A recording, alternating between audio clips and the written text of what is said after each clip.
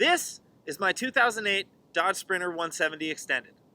I bought it in the summer of 2018 after taking a long road trip in a Toyota FJ Cruiser in a rooftop tent and seeing so many people in vans, I had to have one for myself.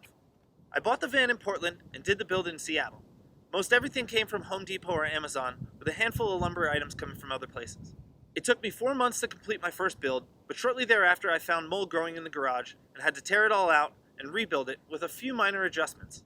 I've been living in it full time since the day I bought it, even during the initial construction phase, but my mother loaned me the living room rug for the remodel. Today I'm going to show you all of its nooks and crannies, and then we're going to get it out on the road and show you how it rattles.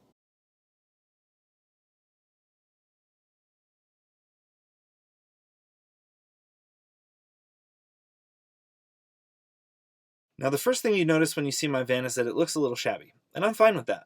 Yes, many of you will disagree, but I bought this van expecting to have a little bodywork to do, and I got a great deal because of it. Also, I believe the fact that this van isn't the most beautiful eye-catching van on the street allows me to be looked over where many others would be pointed out for being a dwelling. At a glance, the solar panels are barely noticeable, and the vents could be on any work van. I have no rack filled with outdoor toys and gear to be a dead giveaway either. As you enter, I wanted you to get the feeling of being invited without having to be asked. The two face-to-face seats are obviously meant to entertain a guest, and the swiveling chair is just an extra layer of comfort. This magnetic whiteboard is great for when trying to explain quantum physics in 2D. Light switches and charging ports are right here at your fingertips, and this ledge makes a perfect place to keep things out of the way, but right where you need them. These seats are a little more than they seem. The one directly behind the driver's seat hides the entire electrical system, making it easily accessible and minimizing wiring between the house batteries and the stock van battery. The second one hides a cassette toilet and the dog food. Above this seating area, the cabinets are hinged from above and provide plenty of space for keeping books, board games, and a good-smelling candle for when this little rascal makes it smell like a wet dog in here.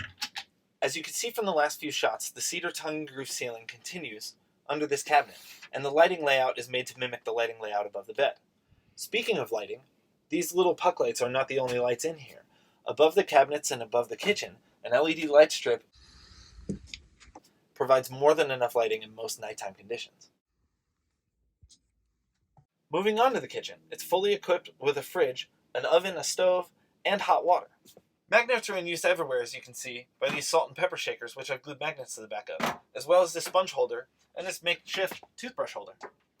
The counter is made from a beautiful butcher block, which is a continued theme throughout the space. There's never enough counter space, so I added a slide out by the stove to make cooking more convenient. Now I'm sure you're wondering where the fridge is, so let me show you.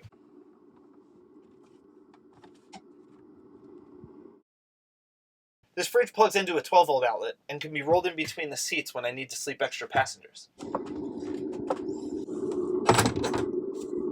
Now the cabinet next to the bed has been turned into a closet and sectioned off into two sides, where this is for hanging clothes and this side's for laundry. Above is for folded clothes, pants, shirts, and shorts. The sink is deep and holds plenty of dishes, and the faucet doubles as a shower out the sliding door when needed. The gray water drains into this water tank, which can be accessed through this door on the exterior side of the kitchen cabinet. On the other side of the kitchen cabinet, the trash can be found, as well as a small place for hiding sponges and rags. The drawers are deep to accommodate both foods and dishes, and pots and pans are kept both inside the cabinet and inside the oven because space. All the wet foods that don't belong in the fridge are kept inside this tote beneath the oven.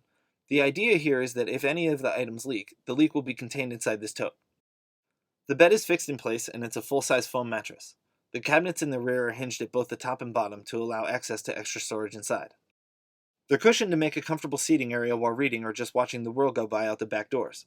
The Max Air fans, both front and rear, provide plenty of airflow when the doors are closed and you still want a good breeze. Let's head to the back of the van, where most van lifers call the garage. Below the bed hides a plethora of toys. The 400 watts of solar on the roof provide the inverter with enough juice to power all kinds of stuff, plus charge this electric bike, which I use to commute almost everywhere. I've got to work sometimes, so these totes carrying my work clothes hide the 20-gallon freshwater tank and the pump that provides the kitchen with water or the occasional shower.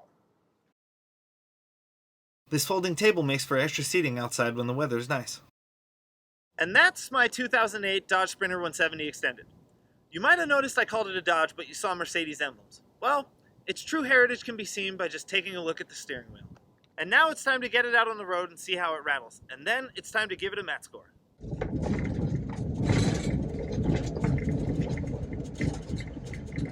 Starting with the weekend categories with features and driver comfort.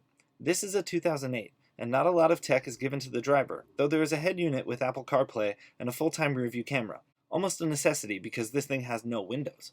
The seats are comfortable with armrests, and I really like the driving position of these seats, and I give this a 3 out of 10. Versatility measures how well the van can transform to fit multiple duties, and this van is exceptionally weak here. None of the cabinets are easily removable, and there is no way you're getting a sheet of plywood uncut inside. Despite this, the van does have the ability to stay put for the whole weekend while you sleep, eat, bathe, and shower. For this, I give it a 3 out of 10. Next up is accommodations, where we measure how many people will sleep comfortably inside. The van has heat provided by a diesel heater, but no air conditioning other than that coming from the cab. The full-size bed sleeps 2, and the floor, when the fridge is removed from its normal position, sleeps another 2 for a total of 4. I do not believe I have seen a van that sleeps 10, but I'm keeping this as a scale of exactly how many one van sleeps. Buses and trailers excluded.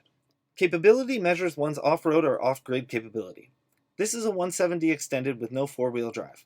This won't be going off-roading anytime soon, but with enough water conservation or a steady source close by, this van can stay parked for extended periods without needing to be driven to charge batteries. Still, I give it a 3 out of 10. Cool factor is an overall feel of the van itself, and by all means, this van is cool. It's even got a swing. It stands out because it's not white, and it holds all the toys you can ask for from the beach to the mountaintop. For that, I give it an 8 out of 10 for a weekend total of 21 out of 50. And now on to the lifer categories and styling. The interior of this thing is pretty and visually appealing. There's a little trick going on here where the length of the countertop is equal to the space that holds the seats, and that gives you this sort of yin and yang effect that people say is very pleasing to the eye. The color scheme is continued from the living space into the bedroom, and even the surfboard on the ceiling is getting in on this exposed wood grain action. All of the wood grains aren't the same, but they continue from cabinet to cabinet for an unbroken feel, and I give this a 6 out of 10. Amenities. The build is well equipped with all of your daily necessities covered. The shower may be outside, but with a little ingenuity can be used indoors. The bed, seats, and kitchen are always at the ready and are in no need of conversion or setup, and I give this a 7 out of 10. Up next is comfort, and here's where this van does thrive. I've had hours-long conversations in these seats with lots of people, and everyone says how comfortable they are to sit in. The bed isn't a king, but it's big enough and doubles as sort of a couch with a cabinet to lean on. Front seat swivels and is equally comfortable, and I give this an 8 out of 10. And here it is, what we've all been thinking, stealth. With minimal windows and no holes cut into the sides of this van, it looks pretty stealthy. Add to that it isn't covered in gear or have a flashy paint job or decals. The solar panels are mounted extremely tight to the roof, and the only dead giveaway are the roof vents, and for this I give it an 8 out of 10. And now, the wrap.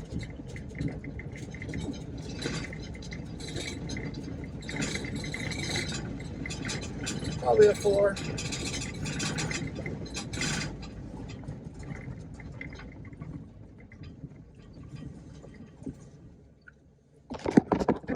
And charge this electric bike, which I use to convert. Below the